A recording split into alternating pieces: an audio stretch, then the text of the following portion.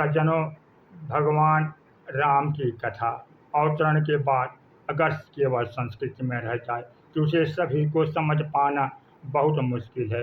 गोस्वामी जी के तो हम सब पर महती कृपा है कि उन्होंने गिरा ग्राम में श्री राम जस का वर्णन विधिवत रूप से किया है। तीर्थराज प्रयाग में 3 नदियों का संगम होता है।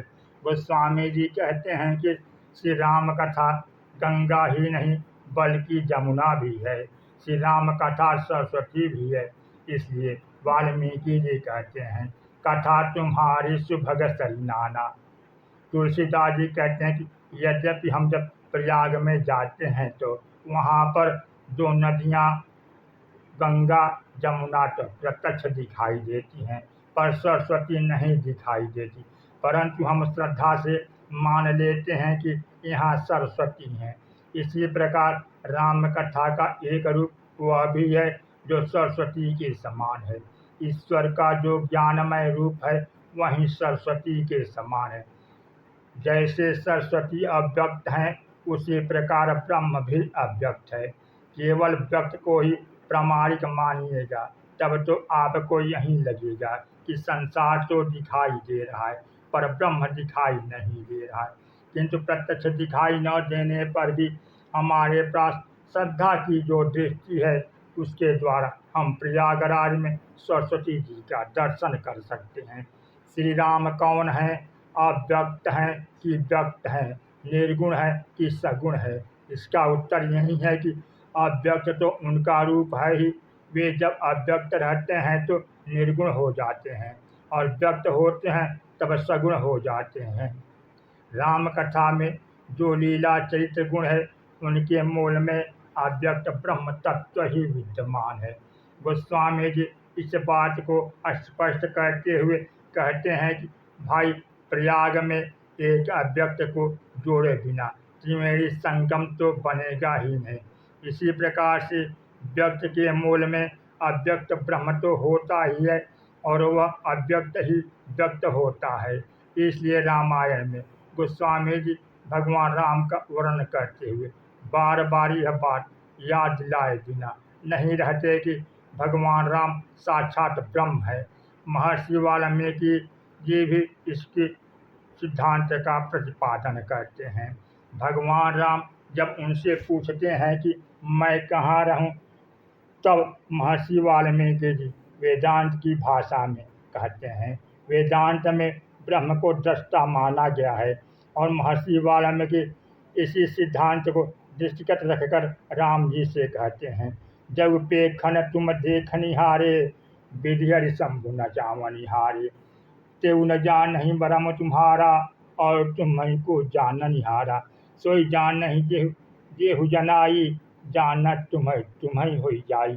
और वेदांत के प्रतिपाद्य ज्ञान के रूप में भगवान राम का वर्णन करने के बाद वे भक्तों के हृदय में रहने के लिए कहते हैं और अंत में व्यवहारिक जगत में निवास का स्थान बताते हुए चित्रकूट रहने के लिए कहते हैं। गोस्वामी जी का अभिप्राय है, आप आनंद तो व्यक्त का लीजिए पर अव्यक्त को मत भूलिए। गोस्वामी जी से पूछा गया, श्री कृष्ण भगवान है कि श्री राम भगवान है कि शंकर जी भगवान है अथवा विष्णु या कच्छप भगवान है या अन्य कोई? तुलसीदास जी बड़ा सुंदर दृष्टांत देते हुए कहते हैं, नाटक में जब आप अभिनेता को नाटक करते हुए देखते हैं उसी में आनंद है। नाटक में आनंद लेते हुए अभिनेता के मूल रूप को मत भूलिए। याद रखिए, यह तो अभिनेता का अभिनय है। वहीं राम है, वहीं कृष्ण है, वहीं शंकर, पर नाटक में रूप अलग अलग हैं। एक बार भक्त बिल्वमंगल भगवान राम के मंदिर में गए और प्रभु का रूप देखकर बड़े आनंदित हुए। दर्शन करते समय उन्होंने कहा कि अन्य सब तो ठीक है, पर अगर धनुष बाण के स्थान पर वंशी होती तो कितना अच्छा होता। अगले ही क्षण धनुष बाण हटकर प्रभु के हाथ में वंशी आ गई। दूसरी ओर गोस्वामी जी जब वृंदावन गए तो भगवान श्री कृष्ण के मंदिर में दर्शन करने गए। तुलसीदास जी दोनों को एक ही मानते थे, इसलिए गए थे, क्योंकि अगर कोई भेद मानते तब तो उन्हें संकोच होता। लेकिन वहाँ पर किसी व्यक्ति ने कह दिया गोस्वामी जी से कि भगवान कृष्ण का दर्शन करते हुए देखा तो कह दिया, अपने अपने इष्ट को नमन करें सबको, परशुराम जो आन को नमय से मूर्ख हो। गोस्वामी जी ने तुरंत प्रभु से अनुरोध करते हुए कहा, महाराज कहाँ कहूँ छवि आज की, भले बने हो नाथ, जरा बंसी को हटाकर कृपा करके धनुष बाण तो ले लीजिए, कैसा रहेगा। अगर गोस्वामी जी यह न जानते होते कि दोनों अभिनयों में अभिनेता एक ही है, तो यह कैसे कहते कि बंसी हटाकर धनुष बाण ले लीजिए। उनका अभिप्राय है कि प्रभु आप लीला ही तो करते हैं, इसलिए जब उनके लिए वह लीला करते हैं तो मेरे लिए यह लीला कर दीजिए।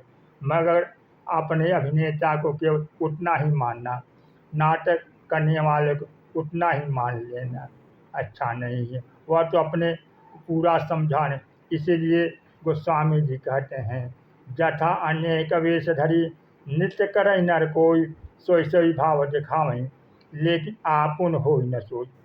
ध्यान अवश्य रखिए, अभिनय में जो दिखता है अभिनेता केवल वही नहीं होता। कथा आती है कि एक व्यक्ति ने हरिश्चंद्र का नाटक देखा। नाटक में हरिश्चंद्र बने हुए पात्र के अभिनय को देखकर वे अभिनेता से मिलने उनके घर पहुंच गए। वहां पर वही अभिनेता धोती कुर्ता पहने बैठे हुए थे। हरिश्चंद्र का कोई वस्त्र इतना नहीं था, साधारण रूप से दिखाई दे रहे थे और वे उन्हें पहचान नहीं पाए और उनसे पूछे कि हरिश्चंद्र जी कहाँ हैं। हरिश्चंद्र बने हुए उस व्यक्ति ने कहा, वे तो रात को 10 बजे चले गए। अच्छा तो अब कब आएंगे? बोले अगले साल जब नाटक होगा तब फिर आएंगे। इसका तात्पर्य है कि भक्ति के मूल में ज्ञान अवश्यंभावी है। और यही सूत्र देते हुए श्रीमद् भागवत में भी कहा गया है कि जीवन में ज्ञान वैराग्य तथा भक्ति तीनों को युवा करना है। ज्ञान भक्ति और कर्म इन तीनों का जो सामंजस्य है वहीं गंगा जमुना और सरस्वती का सामंजस्य है। इन तीनों के त्रिवेणी संगम का आनंद आपको मिथिला की लीला में मिलेगा। पूर्व कथा प्रवचनों में मिथिला की लीला के बारे में वर्णन किया गया है, आगे भी किया जाएगा। जहाँ अव्यक्त ब्रह्म के उपासक, निर्गुण निराकार के उपासक महाराज श्री जनक ने भगवान राम को देखकर विश्वामित्र से पूछा, महाराज यह बताइए कि ये कौन है, क्योंकि इनको देखकर मुझे तो ब्रह्म सुख भी फीका लगने लगा।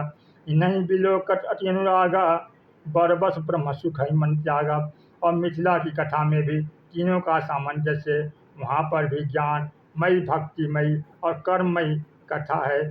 सज्जनों, धीरे धीरे राम कथा के चर्चा करते रहेंगे।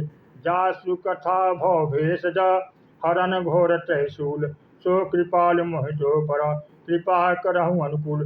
रामचरितमित सागर, था न पावई कोई, संतन संग जो सुने तुम्हें सुनाई सो। बोलिए सियावर रामचंद्र की जय, पवन सुत हनुमान की जय, उमापति महादेव की जय।